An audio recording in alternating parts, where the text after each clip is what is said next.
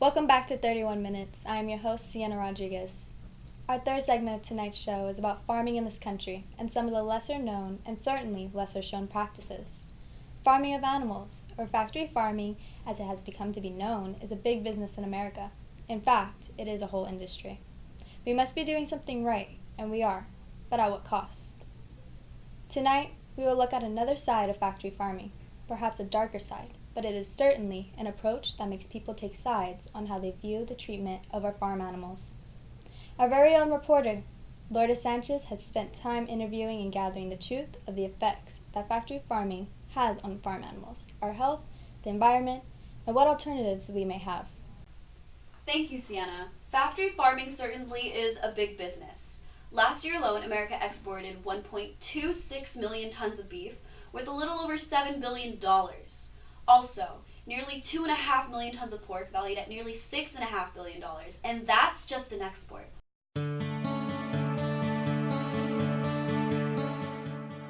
Large-scale livestock farming is doing just fine economically.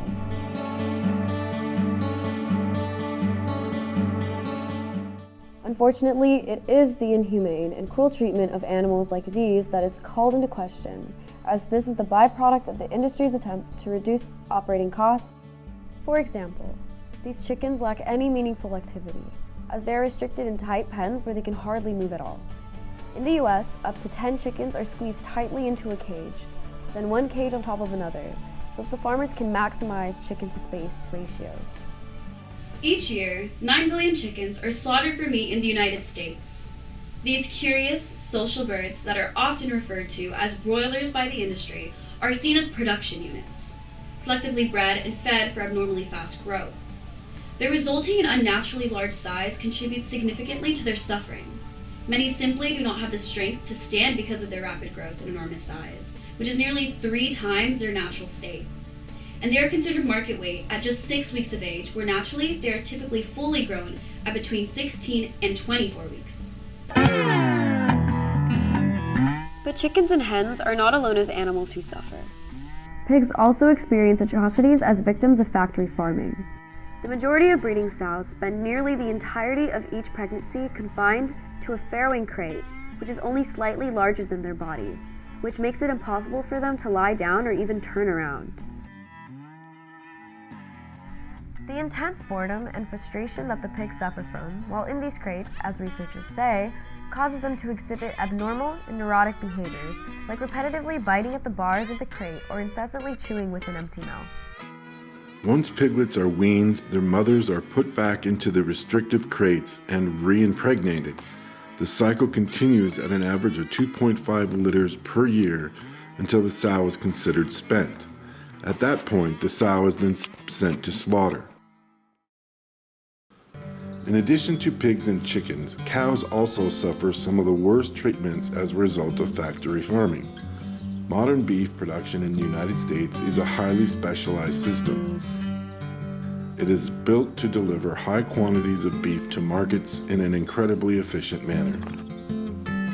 Over the last 20 years, the system has been streamlined and works like a finely tuned machine, referred to as production units, product, dollars, rather than living, feeling animals with the same type of personalities and characteristics as our own domestic pets. Yes, beef is big business. The total cattle inventory was 92 million head, which yielded 41.5 billion, with a B, pounds of beef. More than 9 million farm animals were slaughtered for food in the United States last year. 25 million are slaughtered each day, and the number of aquatic animals killed yearly for food is in the trillions. These numbers are staggering for sure. However, they do not account for the deaths due to other man-made causes that affect humans and the environment. Factory farming is concerning also because of the negative effects it has on the environment. Global meat production is responsible for more greenhouse gas emissions than all of the trains, cars, and airplanes in the world combined. Factory farms typically store animal waste in huge open-air lagoons, which eventually flushes into reservoirs. When the reservoir becomes full, the farmers use misters that suck the excess fluid and spray it into the air, which travels to the nearby neighborhoods.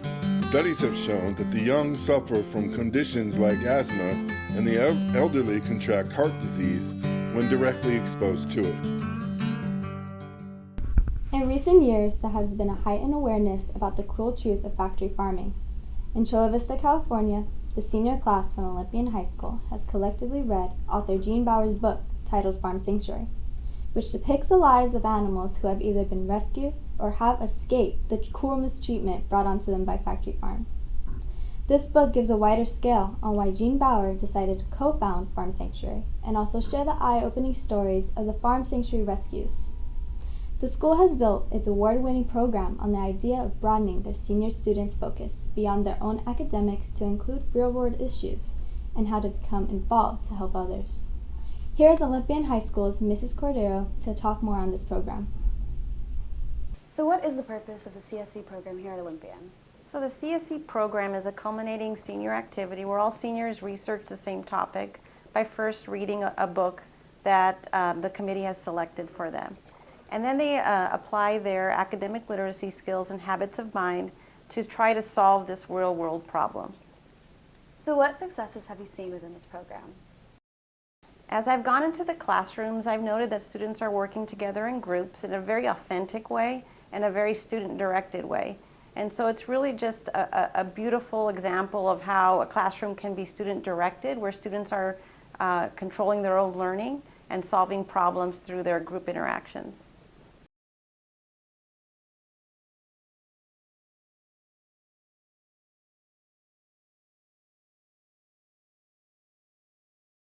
I think I was able to use Relate and Apply the most because first we were able to read and annotate Farm Sanctuary, and then now we're doing projects to help the actual organization.